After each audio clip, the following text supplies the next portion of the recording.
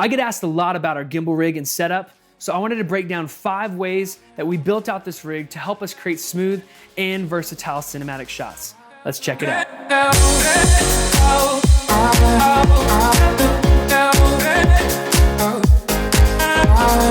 So number 1, smooth shots. We're gonna talk about the handle situation, how you can hold it to really create interesting maneuvers and get smooth cinematic shots.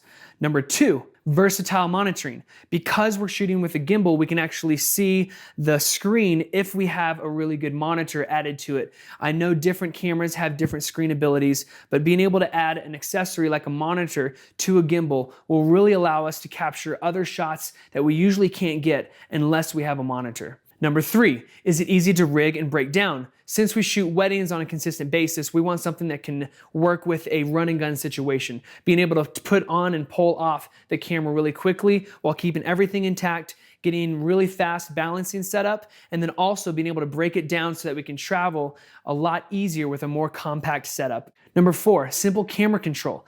How does the camera interact with the gimbal? In this case, the gimbal offers us an option for follow focus with the DJI focus motor there. And if we have a manual lens, we can pull focus if we don't want to rely on autofocus if it's not working well.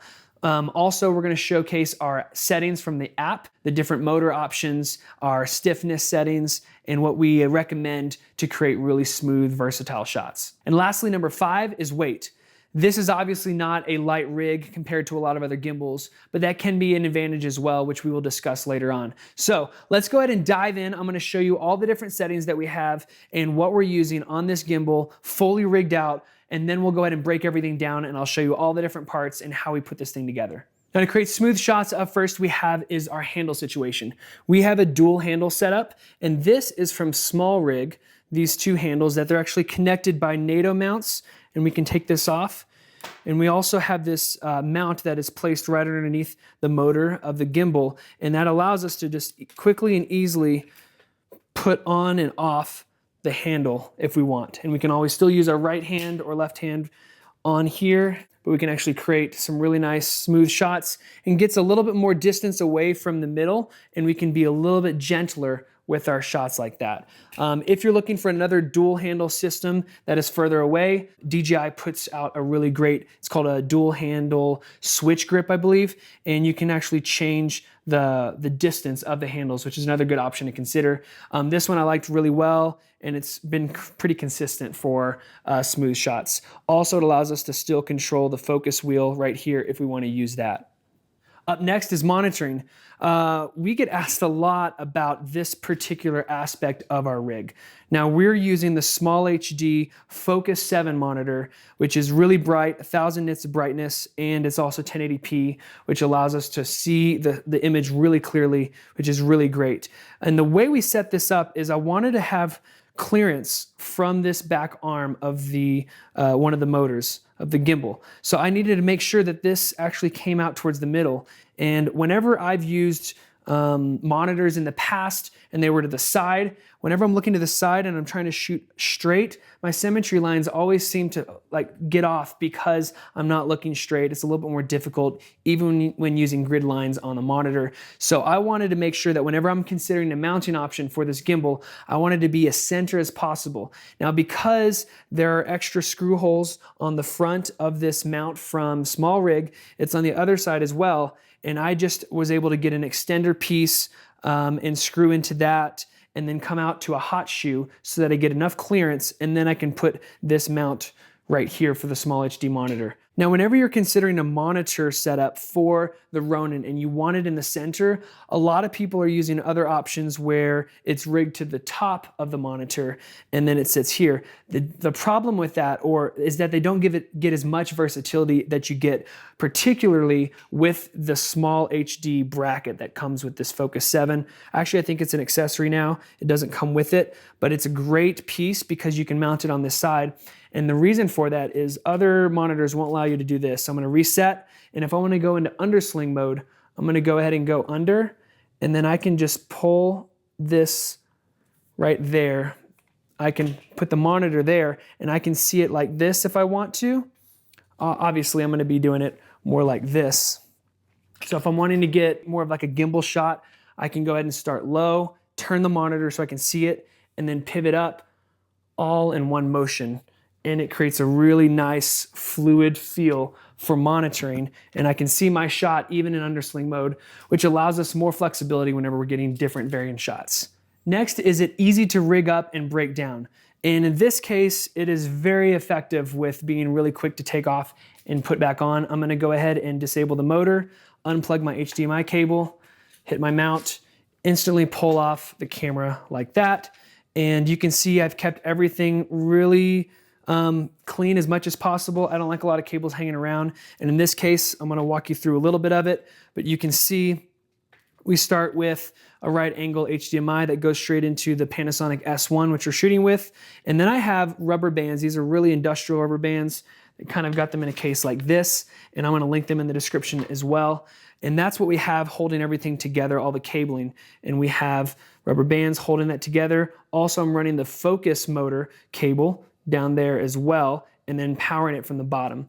Running the cable up here, HDMI, keep going. It's a very thin, micro thin, I think it's a 2-foot HDMI cable.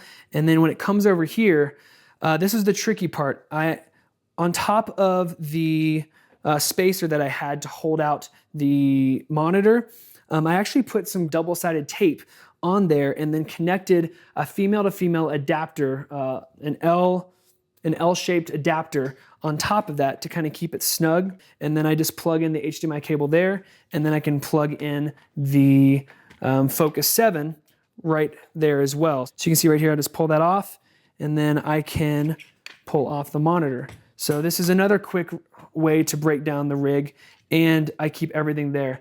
Now, because these handles kind of pull out a little bit to the side, these fasteners, you can see actually hit the arm.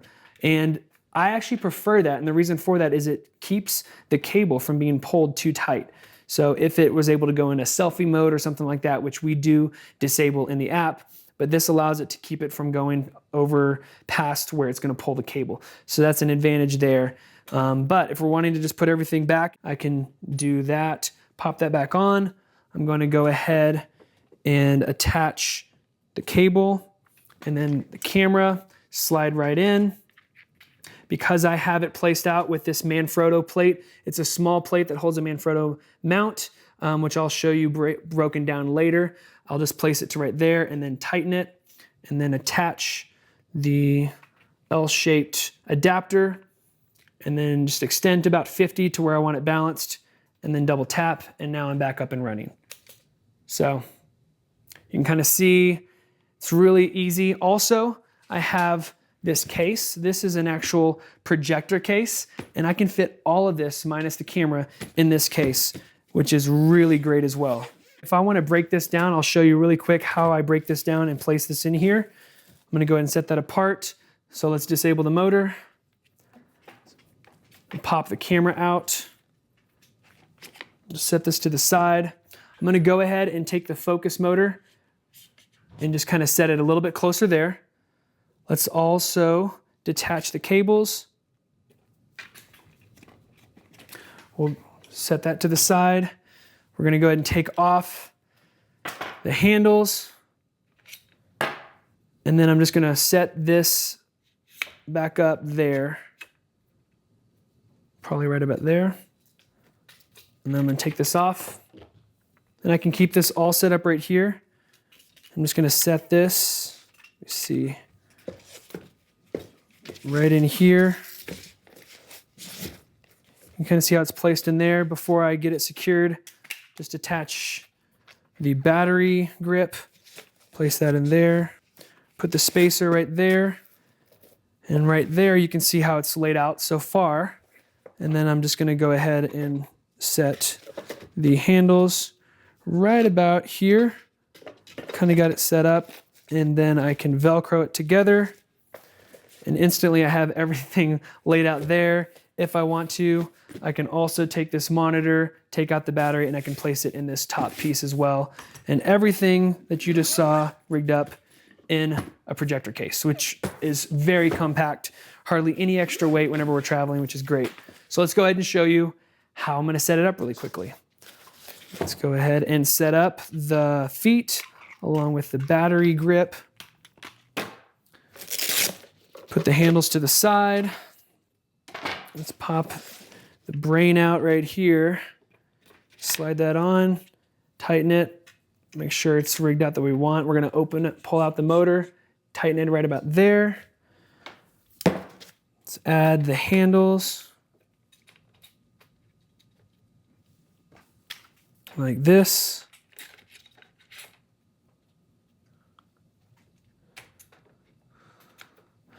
Then we can add the monitor.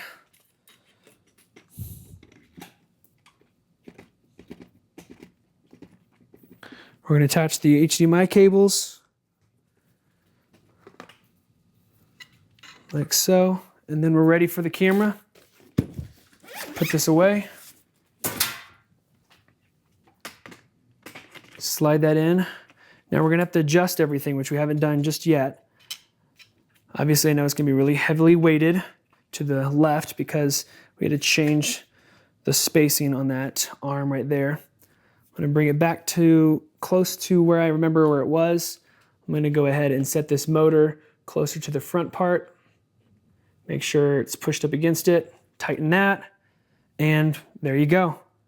And then we're going to go ahead and turn this on. And now it's ready to shoot. All rigged up. Didn't take much time. And I can still use the follow focus wheel, which we'll get into next. Next up, we have camera control and settings. Now, I'm shooting on the Panasonic S1 with the 24-105 lens. I really love this combination. It allows me to get a lot of different tight and wide shots on a wedding day when I don't have much time, and so a zoom really allows that to be helpful with a lot of the shots that we're trying to capture. For ND filters, we're using the Polar Pro Variable ND, the Peter McKinnon edition, and we usually shoot with the 2 to 5 stop one. That gets us through the entire day, and it's really effective. We love that, that variable ND filter. Definitely recommend that for this setup. Now, the autofocus setting on this camera does really well. I'd say about 80% of the shots are pretty much usable whenever I'm using the autofocus on this camera. I'll set it to continuous, and so I don't need this follow focus option. Now, if we're not wanting to use an auto focused lens system like this, then we might want to use a manual lens setup. In this case, we want to use the follow focus system from DJI.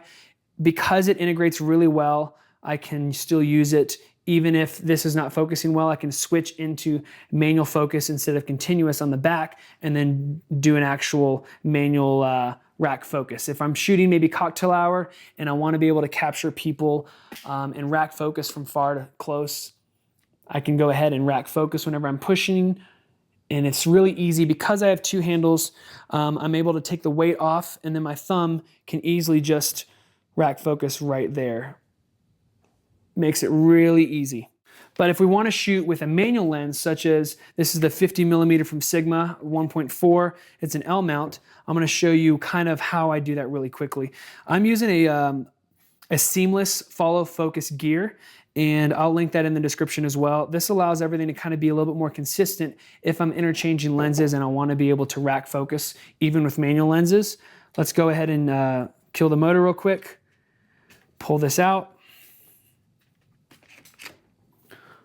Go ahead and take this lens off.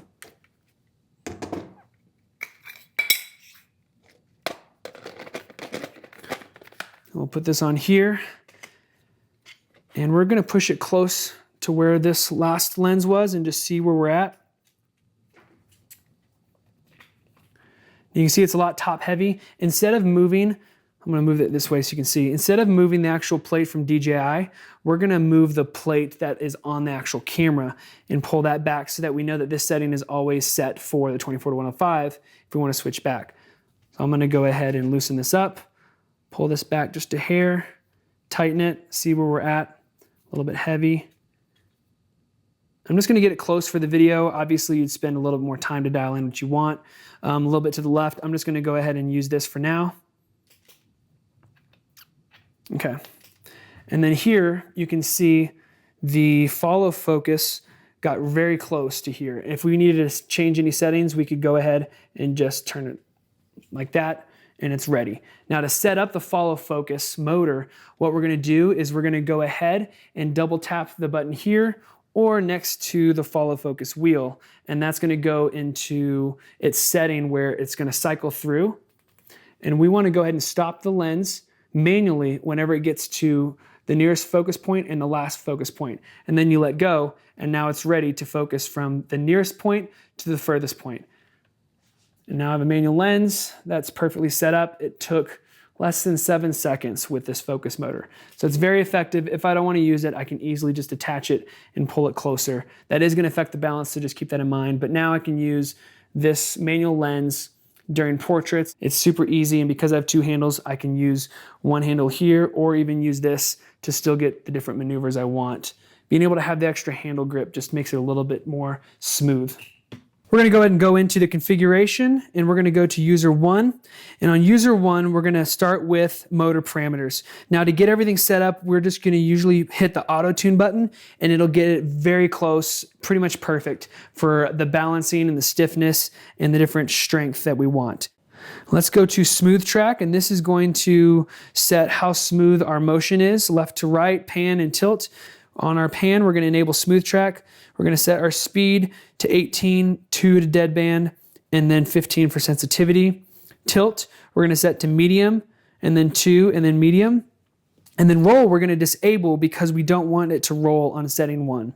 So on our control settings, we will switch over to motion, and this is going to affect the thumbstick, and we want it really smooth for 1, and then for 2, we're going to have it a little bit faster, like that. And then 3, we have it even faster, almost like a sports mode kind of thing. So let's go back to 1, double tap to reset. And our setting is low, 25 and 25. Also notice our endpoints. We have 65 for left and 65 for right. That keeps everything from going too far so that it's pulling the cable in the wrong way. Also tilt is low, 25 and 25. And then roll is medium, 45, medium, and then 30 and 30. For user 2, our smooth track is going to be a little bit faster, so our speed is now up to 20, and then 2 for deadband, and then 20 for sensitivity. Tilt is going to be medium, low, low, and then roll, again, we're going to disable that for mode 2. Control settings in motion, we have medium, medium, medium across the board. Endpoints are 180 and 180 for pan. Tilt is 145 and 55, and then roll is going to be medium across the board, 30, 30. And then user 3, for smooth track, it's going to be 20, low, 20. Tilt is high, low, high. And then roll, we're going to enable smooth track for this one so that whenever we're in mode 3, we can tilt the gimbal to the left and right and get a little bit more of a roll on the Z-axis. And that's, we set our speed to high, deadband to low, and sensitivity to high. Now back to control settings for setting 3. That's also going to be low, high, low, 180, 180. Tilt, low, high, low, 145, 55. And then roll is going to be low, high, low, 30, 30. And those are the settings that we have on the app. And lastly is weight. This is the disadvantage, but also an advantage. I know it is heavier than other gimbals, but that can allow us to have smoother shots because of the gravity. It takes a lot more of the bump and wobble out that might have if it's a lot lighter. It is still very compact. Like I said, we can pack it up in a small case and still travel with it and reduce a lot of the weight. But we haven't been able to use it with the Ronin SC because it's a lot lighter. It is about half the weight of the Ronin, which is great. But because we're shooting with the Panasonic S1 and heavier lenses, it's going to be too much for the smaller gimbal. So in that case, we have to stay with the Ronin-S. However, it is still much lighter than the Ronin-M, which is what we used to use. And I'm so thankful that we can use this and travel. It's a lot more low profile. I need to get in tighter shots. I can get a lot tighter because it's closer in proximity instead of being so wide in a bigger rig. In that sense, the weight is not that much of a deal for me. However, just know that it is a heavy rig. A couple ways to combat that while you're filming is you can close these legs and kind of pivot against your waist here. And I'm just gonna double tap to get back to center. And here, I can, with one hand, still get some smooth shots if I want to, and I want to rest my arms a little bit. This is an easy way to rest and still get some nice shots. Also, go in undersling mode. I would go to about here. Turn this. If you wanted to shoot it like a Ronin-M, you could shoot it like this and get some shots of maybe details or decor or products. You can shoot it like this and still see the screen really, really well, which is really unique for this type of monitor setup. So there's always these really cool functions that you can do to kind of combat the weight if you're kind of having issues. Just remember you can kind of tuck in the legs here and you can go a lot longer whenever you're filming if weight is an issue for you. So there you go. Hopefully this video is helpful in showing you our rig and our setup and how you can customize the different accessories to help you create smooth and versatile shots and the different maneuvers you can create because of the different accessories you add to this rig.